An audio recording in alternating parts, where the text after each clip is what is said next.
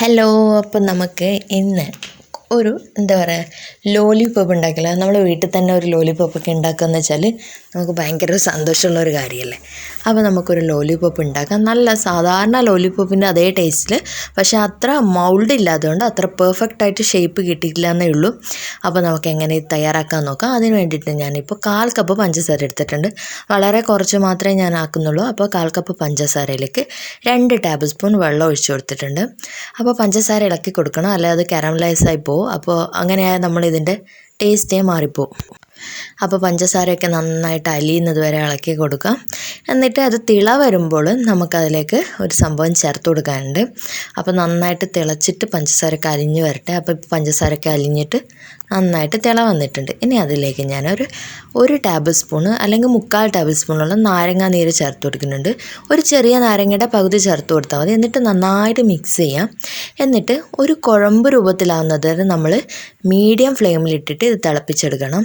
എന്ന് വെച്ചാൽ ഞാനത് കാണിച്ചു തരാം. ഒരു പാത്രത്തിലേക്ക് കുറച്ച് പച്ചവെള്ളം എടുത്തിട്ട് ഇതുപോലെ നമ്മൾ അതിനകത്തേക്ക് ഇറ്റിച്ചു കൊടുക്കുക. എന്നിട്ട് അത് നമുക്ക് കൈ കൊണ്ടിങ്ങനെ കറക്റ്റ് എടുത്ത് മാറ്റാൻ പറ്റുന്നുണ്ടെങ്കിൽ, അതായത് ബോളാക്കി എടുത്ത് മാറ്റാൻ പറ്റുന്നുണ്ടെങ്കിൽ നമ്മളെ കറക്റ്റ് കൺസിസ്റ്റൻസി ആയി എന്നാണ്. അപ്പോൾ ഇപ്പോൾ ഞാൻ നോക്കിയപ്പോൾ ആയിട്ടില്ല. അപ്പോൾ മീഡിയം ഫ്ലെയിമിൽ തന്നെ വേണം, തീ കൂട്ടിയെടുക്കാൻ പാടില്ല. എന്നിട്ട് ഒന്നുകൂടെ ഞാൻ ടെസ്റ്റ് ചെയ്ത് നോക്കണം കുറച്ച് സമയം കഴിഞ്ഞിട്ട്. അപ്പോൾ ഇപ്പോൾ ഏകദേശം ആയിട്ടുണ്ട്. അപ്പോൾ ഞാനിത് ടെസ്റ്റ് ചെയ്യുമ്പോൾ ഒരുമിച്ച് ഉറപ്പായിട്ടും മൊത്തമായിട്ടുണ്ടാകും.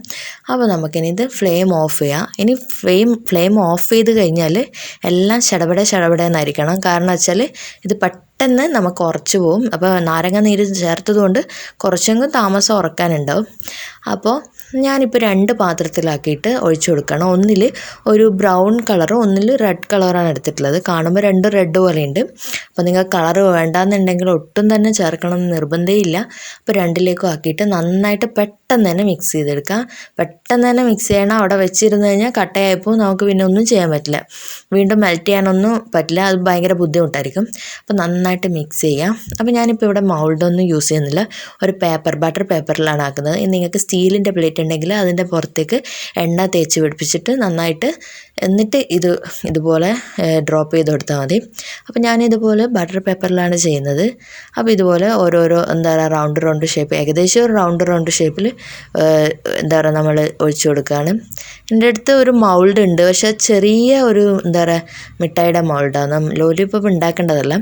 അപ്പോൾ അതുകൊണ്ടാണ് ഞാനിപ്പോൾ ഇങ്ങനെ ചെയ്യുന്നത്. എന്നിട്ട് അതിൻ്റെ അകത്തേക്ക് ഒരു ടൂത്ത് പിക്ക് വെച്ചിട്ട് ജസ്റ്റ് ഒന്ന് ആ ടൂത്ത് പിക്ക് കറക്കിയിട്ട് അവിടെ വെക്കുക. എങ്കിൽ അതിൻ്റെ എല്ലായിടത്തും നമ്മുടെ ഈ മിഠായിൻ്റെ അംശമാവും.